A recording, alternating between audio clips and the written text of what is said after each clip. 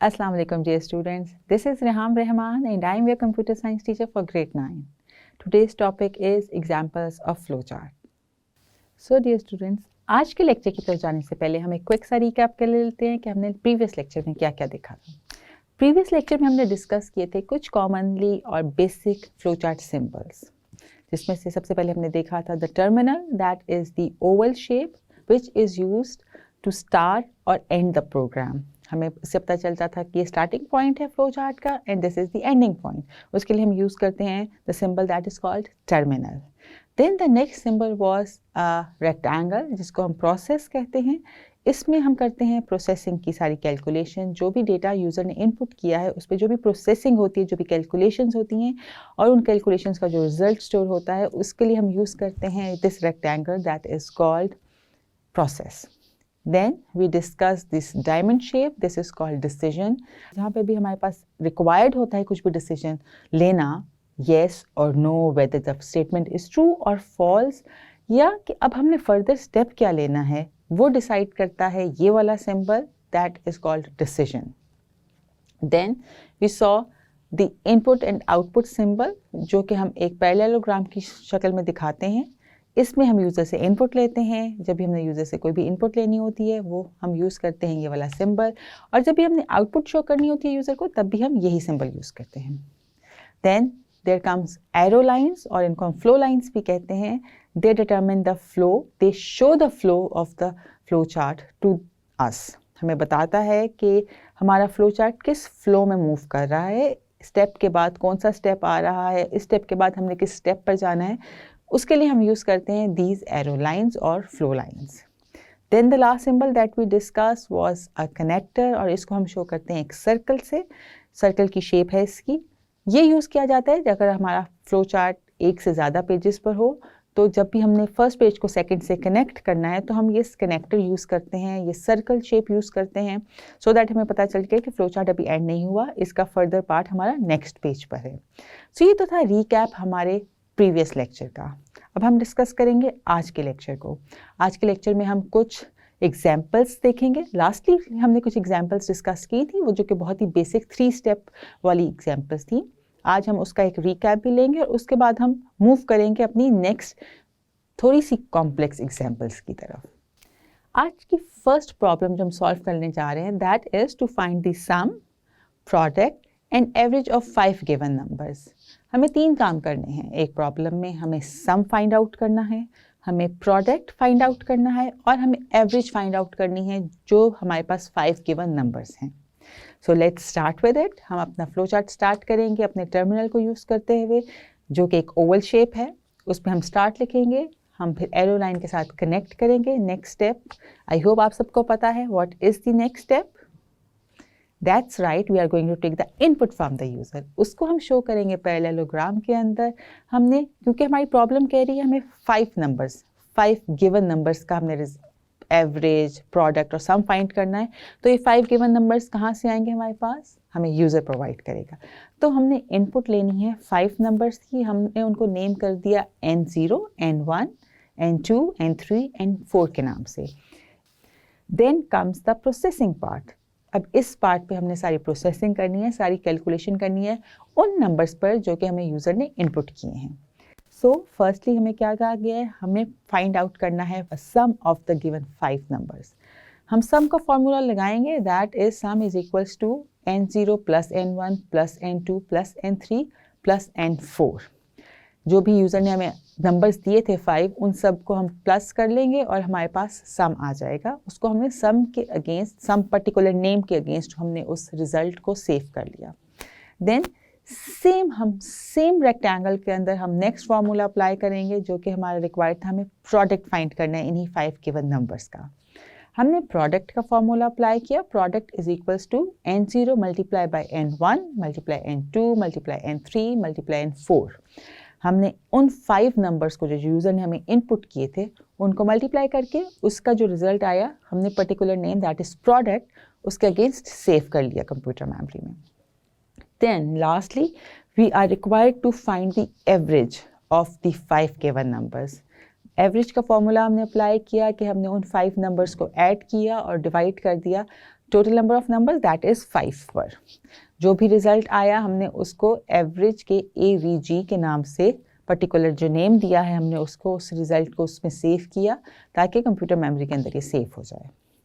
हमने processing done कर ली। हम क्या रिक्वायर्ड था हमें अपनी प्रॉब्लम स्टेटमेंट में कि हमें फाइंड आउट करना है sum, product and average of 5 given numbers. हमने तीनों काम कर लिए। We are done with the processing और उनके रिजल्ट्स भी हमने सेव कर लिए रिस्पेक्टिवली। उनके हमने जो भी नाम दिए थे सम, प्रोडक्ट एंड एवरेज के उस पर सेव हो गया रिजल्ट हमारा। Now what is the next step? Next step again no decision making is required in this. Simple 3 step process था ये हमारा। हमने नेक्स्ट स्टेप में हमने आउटपुट शो करनी है अपने यूज़र को। अगेन यूजिंग अ पैरेललोग्राम हम यूज़र को आउटपुट शो करेंगे using the print command. Print sum, product and average. हमने जो भी हमने रिजल्ट सेव किए थे अगेंस्ट इन नेम्स के हमने वो प्रिंट करवा दिए और the flow chart is going to end using the terminal. इस तरह से हमने अपनी प्रॉब्लम को सॉल्व किया। ऑल्दो ये भी 3 स्टेप प्रॉब्लम ही थी बट उसमें हमें प्रोसेसिंग में हमें 3 काम करने थे, 3 फंक्शंस परफॉर्म करने थे प्रोसेसिंग के पार्ट में, सम, प्रोडक्ट एंड एवरेज। सो इसलिए जो हमने कल एग्जांपल्स की थी उससे थोड़ी सी डिफरेंट इसलिए थी क्योंकि उसमें हमने प्रोसेसिंग के अंदर ही 3 प्रॉब्लम्स को सॉल्व किया। But the flow chart was again a 3 step process. उसमें 3 स्टेप्स आए, input, processing and output, done with the flow chart. So ये थी आज की पहली example. Let's move towards our another example. Now moving towards our next example for today, that is we are required to find the area of a parallelogram. Parallelogram का हमने area find करना है। इसके लिए सिंपल हम area का formula लगाएंगे। Base into height means we are required to take 2 inputs from the user. Start करते हैं अपना flow chart starting with the terminal. उसके अंदर हमने टेक्स्ट लिखा स्टार्ट, एरो लाइन से हमने कनेक्ट किया अपनी इनपुट सिंबल के लिए। इनपुट ली हमने सिंबल से क्योंकि हमारे फॉर्मूला हमें पता है एरिया का, that is area is equal to base into height. Means हमें अगर एरिया फाइंड करना है तो 2 चीज़ें चाहिए यूज़र से, एक तो बेस पैरेललोग्राम की और एक उसकी हाइट। तो हमने इनपुट ली बेस एंड हाइट यूज़र से using that input symbol. Then we are moving towards our processing, that is rectangle। हमने उसमें प्रोसेसिंग करनी है। प्रोसेसिंग में हम लगाएंगे वो formula to find the area of a parallelogram, that is area is equals to base multiply by height. Base हमारे पास है, हाइट हमारे पास है, हमने वो वैल्यूज़ लगाई, मल्टीप्लाई किया, जो भी रिजल्ट आया उसको हमने एरिया नेम के अगेंस्ट सेव कर दिया मेमोरी में। Processing part is done. Simple एक फॉर्मूला लगाना था हमने इसमें। Next we are moving towards the showing the output to the user। Output का सिंबल हमने यूज़ किया और उसमें हमने प्रिंट करवा दिया एरिया को and we are done with the flow chart. Terminal आया, उसमें हमने एंड टेक्स्ट लिखा और हमारा अगेन ये 3 स्टेप्स का फ्लो चार्ट हमने आराम से कर लिया। सो ये तो अभी तक जो हमने किए वो थे 3 स्टेप्स के फ्लो चार्ट्स। आई होप हमने अच्छी प्रैक्टिस कर ली है इनकी और अब आपको 3 स्टेप के फ्लो चार्ट्स बनाने में कोई भी प्रॉब्लम नहीं होगी। हमने स्टार्ट करना है, यूज़र से इनपुट लेनी है, उसमें प्रोसेसिंग करनी है, output and then the end. Now we are going to discuss the conditional flow in the flow chart. So what is a conditional flow in flow charts? Flow chart का जो flow है वो कभी कभी depend करता है कुछ particular condition के ऊपर। कहीं पर हमें कंडीशन आ जाती है, हमें चेक करना पड़ता है। कुछ स्टेटमेंट, प्रॉब्लम स्टेटमेंट ऐसी होती हैं जिनके अंदर हमें कंडीशन दी जाती है। सो हमें उसको पहले अच्छी तरह अगेन हम जब प्रॉब्लम सॉल्विंग हमने स्टेप्स देखे थे अच्छी तरह से डिफाइन करते हैं, प्रॉब्लम को अंडरस्टैंड करते हैं तो उससे हमें पता चल जाता है कि इस वाले प्रॉब्लम में हमें कंडीशन अप्लाई हो रही है। जब हमें पता चल जाता है तो मीन्स कंडीशन नॉर्मली होती है ट्रू और false, whether the statement is true और फॉल्स जिस पे हम काम कर रहे हैं, या एक क्वेश्चन होता है जिसका आंसर येस और नो की फॉर्म में होता है। ये पार्ट होता है डिसीजन मेकिंग का और इस स्टेज पर हम यूज़ करते हैं अपने डिसीजन मेकिंग का symbol, that is diamond in shape. So जो कंडीशनल फ्लो है फ्लो चार्ट में, that is where the decision making comes. यहाँ पर हमने डिसीजंस लेने होते हैं। यहाँ पर हमारे पास कंडीशंस होती हैं कि अगर ऐसा होगा तो हम क्या करेंगे, अगर ऐसा नहीं होगा तो हम क्या करेंगे। तो यहाँ पर आ गई कंडीशन और इसको हम कहते हैं कंडीशनल फ्लो। फ्लो चार्ट में कंडीशनल फ्लो अप्लाई हो रहा है। अब हम मूव कर रहे हैं अपनी जो एग्जाम्पल्स हैं उन पर, जहाँ पे हम ये कंडीशंस अप्लाई करेंगे। अभी तक की जो हमने एग्जाम्पल्स देखी उसमें कहीं पे भी हमने कंडीशन अप्लाई नहीं की थी, सिंपल थी input, processing and output. But now we are going towards the conditional flow. हम कंडीशन अप्लाई करेंगे, हम अब डिसीजन करेंगे इस फ्लो चार्ट के अंदर, जो भी हम अब आगे डिस्कस करने वाले हैं। So let's move towards this example जिसमें हम कंडीशन अप्लाई करेंगे। तो अब जो हम एग्जाम्पल देखने जा रहे हैं, जो प्रॉब्लम हम सॉल्व करने जा रहे हैं, that is to determine whether a given number is odd और इवन। जो यूज़र ने हमें नंबर दिया है, इनपुट किया है नंबर, वो ऑड है या इवन है। अब जो ये या आ गया मीन्स यहाँ पे कंडीशन आ गई, हमने चेक करना है गिवन नंबर ऑड है या इवन है। यहाँ पे अब हम अप्लाई करेंगे अपना डिसीजन मेकिंग वाला पार्ट। डिसीजन का सिंबल इन फ्लो चार्ट में यूज होगा। So let's have a look how we are going to develop this flow chart. Starting हमारी सेम रहेगी, हमने टर्मिनल को सिंबल को यूज़ किया, उसमें स्टार्ट लिखा। The next step would be the same again, obviously we are required to take the input from the user. हमने user से इनपुट ली यूजिंग इनपुट सिंबल, उसके अंदर हमने नंबर लिया यूज़र से, क्योंकि हमें नंबर को जज करना है कि नंबर पर डिसाइड करना है वेदर इट्स ऑड और इवन। नंबर हमने एन कर दिया, हमने पर्टिकुलर नेम दे दिया एन। यूज़र जो भी डेटा एंटर करेगा उसको हम एन के अगेंस्ट मेमोरी में सेव कर देंगे। इनपुट इज डन, ये पार्ट सेम था। Then comes the processing part. Processing part में हम करेंगे फॉर्मूला अप्लाई अपना। हमने रिमाइंडर चेक करना है, that is equals to N mod 2। हमने यहाँ पे मॉड का ऑपरेशन अप्लाई किया है। मॉड का ऑपरेशन क्या करेगा, हमें रिमाइंडर वैल्यू दे देगा। हमने एन में यूज़र की इनपुट सेव की थी, यूज़र ने जो भी डेटा दिया था, जो भी नंबर एंटर किया था, हमने उसको एन के अगेंस्ट सेव किया था, उसको हमने मॉड कर दिया 2 से। अब हमको पता चलेगा कि reminder value if that is divisible by 2 और हमारा रिमाइंडर 0 आया है कि नहीं आया। हम चेक कर लेंगे कि जो नंबर था वो ऑड था या इवन था। प्रोसेसिंग तक सेम फ्लो चला, जितने भी हमने पिछले एग्जाम्पल्स देखी थी बिल्कुल वैसा फ्लो चल रहा है। Now is the decision making part.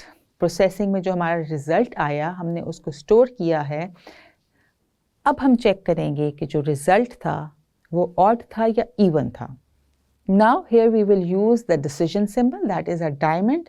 उसमें हम देखेंगे REM के अगेंस्ट हमने स्टोर की थी अपना रिजल्ट इज़ 0। यहाँ पे हमने कंडीशन लगा दी, क्या जो रिज़ल्ट है वो 0 है। इफ़ येस, जी बिल्कुल रिज़ल्ट 0 था, जो भी हमारा नंबर यूज़र ने एंटर किया दैट वाज डिविजिबल बाय 2 और वो रिज़ल्ट उसने हमें 0 दे दिया है। इफ़ येस तो हमारा फ्लो चार्ट मूव कर गया अपनी राइट पोजीशन की तरफ, राइट पोजीशन पे मूव किया क्योंकि कंडीशन येस थी। हमने क्या किया, नेक्स्ट अगेन वही स्टेप करेंगे, हम प्रिंट हम कराएंगे। हमने आउटपुट यूज़र को शो कर देनी है, हम प्रिंट करेंगे कि n इज़ इवन। अगर तो जो भी सम आया था, हमारे पास जो भी रिजल्ट आया था that was 0 means the condition is true and the number that the user has entered वो इवन है। बट अगर कंडीशन ट्रू नहीं है, if the answer is no, जो हमने लिखा है reminder is equals to 0, that is no. Flow chart हमारा ऑपोजिट डायरेक्शन में मूव करेगा। हम नो लिखेंगे उसके ऊपर टू शो कि ये ट्रू नहीं था, सही नहीं थी condition. Then we will again use the output symbol. हमने यूज़र को प्रिंट कर दिया प्रिंट n इज ऑड, कि जो यूज़र ने नंबर एंटर किया था वो ऑड था। दोनों कंडीशंस में एंड हो जाएगा हमारा। हम यूज़ करेंगे टर्मिनल को और हमारा फ्लो चार्ट एंड हो गया। इस तरह से हम अप्लाई करते हैं कंडीशन को कि यहाँ पर जो भी रिजल्ट आए प्रोसेसिंग के बाद एक्चुअली कंडीशन आती है, प्रोसेसिंग के बाद एक्चुअली डिसीजन आता है। जब तक हम प्रोसेसिंग का पार्ट प्ले नहीं करेंगे we can not take any decision. सिर्फ इनपुट पर हम कोई भी डिसीजन नहीं ले सकते। इनपुट के बाद हमने प्रोसेसिंग का स्टेप किया, प्रोसेसिंग के बाद कम्स द डिसीजन मेकिंग। वहाँ पे हमने चेक किया कि जो भी हमारे पास रिजल्ट आया था वो येस था या नो था, उसके अगेंस्ट हमने फर्दर स्टेप्स लिए और अपने फ्लो चार्ट को एंड किया। सो डियर स्टूडेंट्स, जैसे कि आप देख सकते हैं आपकी स्क्रीन पे एक MCQ लिखा हुआ है that says what is the purpose of a parallelogram shape in flow chart. Flow chart के अंदर हमने सिंबल्स जो पढ़े थे उसमें जो पैरेललोग्राम शेप आती है उसका क्या मकसद है। बेसिकली ऑप्शन है आपके पास डिसीजन, कनेक्टर, इनपुट आउटपुट या फिर स्टार्ट और एंड। इन 4 दी हुई ऑप्शंस में से कौन सी है best option? That is right, option number 3. The purpose of a parallelogram shape in flowchart is input and output. जब भी हमने यूजर से इनपुट लेनी है या यूजर को आउटपुट शो करनी है, हम इस्तेमाल करते हैं पैरेललोग्राम शेप का फ्लोचार्ट के अंदर। The next MCQ says, what is the purpose of an oval shape symbol in a flowchart? Oval shape symbol जो हम इस्तेमाल करते हैं फ्लोचार्ट में, उसका क्या मकसद है, किस लिए इस्तेमाल किया जाता है? ऑप्शन है आपके पास डिसीजन, कनेक्टर, प्रोसेस या फिर स्टार्ट और end. The correct option is option number 4 that से स्टार्ट और एंड। आपकी जो ओवल शेप सिंबल है फ्लो चार्ट में जब हम उसका इस्तेमाल करते हैं, बेसिकली हम ये बताने के लिए करते हैं कि यहाँ से हमारा फ्लो चार्ट स्टार्ट हो रहा है और यहाँ पे हमारा फ्लो चार्ट एंड हो रहा है। So the purpose of an oval shape symbol in a flow chart is to show start और एंड।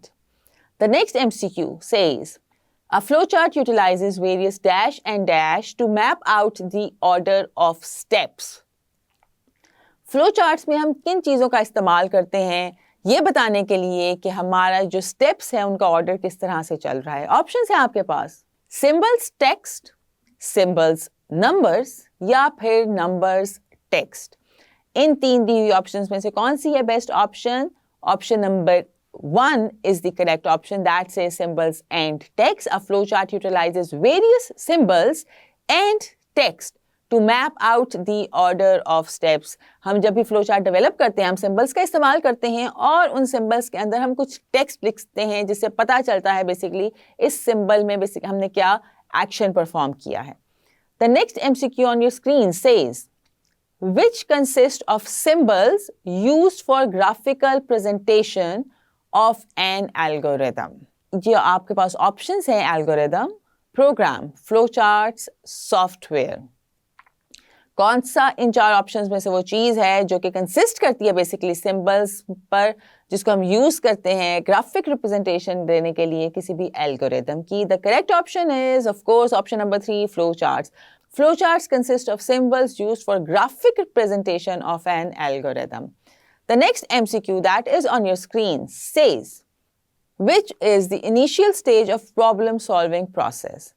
Problem solving process जो हमने देखा था उसकी different stages देखी थी, different steps देखे थे, उसमें जो initial मतलब कि सबसे पहला stage है, सबसे पहला step है problem solving process का, वो क्या है? Options है आपके पास defining, analyzing, programming या फिर selecting। Which is the correct option? Option number 1 is the correct option. Defining is the initial stage of problem solving process. So dear students, ये था हमारा आज का लेक्चर। इसमें हमने देखे थे फर्दर फ्लो चार्ट्स जिसमें हमने यूज़ किए थे डिसीजन मेकिंग वाले सिंबल्स कि कंडीशनल फ्लो क्या होता है फ्लो चार्ट में। जब हमारे पास ऐसी प्रॉब्लम स्टेटमेंट आ जाए जिसमें कोई कंडीशन अप्लाई हुई हुई हो, जहाँ पे हमें डिसाइड करना हो कि या ये चीज़ ठीक है या ये चीज़ ठीक है और हमारा अब फ्लो चार्ट किस फ्लो में जाएगा, वहाँ पे हम यूज़ करते हैं डिसीजन मेकिंग वाला symbol that is diamond in shape, और उस डिसीजन मेकिंग वाले सिंबल को यूज़ करके हम अपने फ्लो चार्ट का फ्लो फर्दर लेकर चलते हैं। हमने कुछ एग्जांपल्स भी डिस्कस की आज के लेक्चर में जिसमें हमने वो डिसीजन मेकिंग वाले सिंबल्स को यूज़ किया था और देखा था कि अगर हमारी प्रॉब्लम स्टेटमेंट में कहीं पर कोई डिसीजन रिक्वायर्ड है, कहीं पर कोई कंडीशन अप्लाई है, तो हम उस फ्लो चार्ट को कैसे डेवलप करते हैं। हम इसकी प्रैक्टिस अपने आने वाले लेक्चर्स में करेंगे अच्छे से ताकि आपको ग्रिप आ जाए इस पर कि जहाँ पे कंडीशंस अप्लाई हो रही हैं वहाँ पर हमने फ्लो चार्ट कैसे बनाना है। आई होप आज का लेक्चर आपको बहुत अच्छे से समझ आया होगा। हम मिलेंगे अपने नेक्स्ट लेक्चर में, तब तक के लिए आप अपना ख्याल रखिएगा। अल्लाह हाफिज़।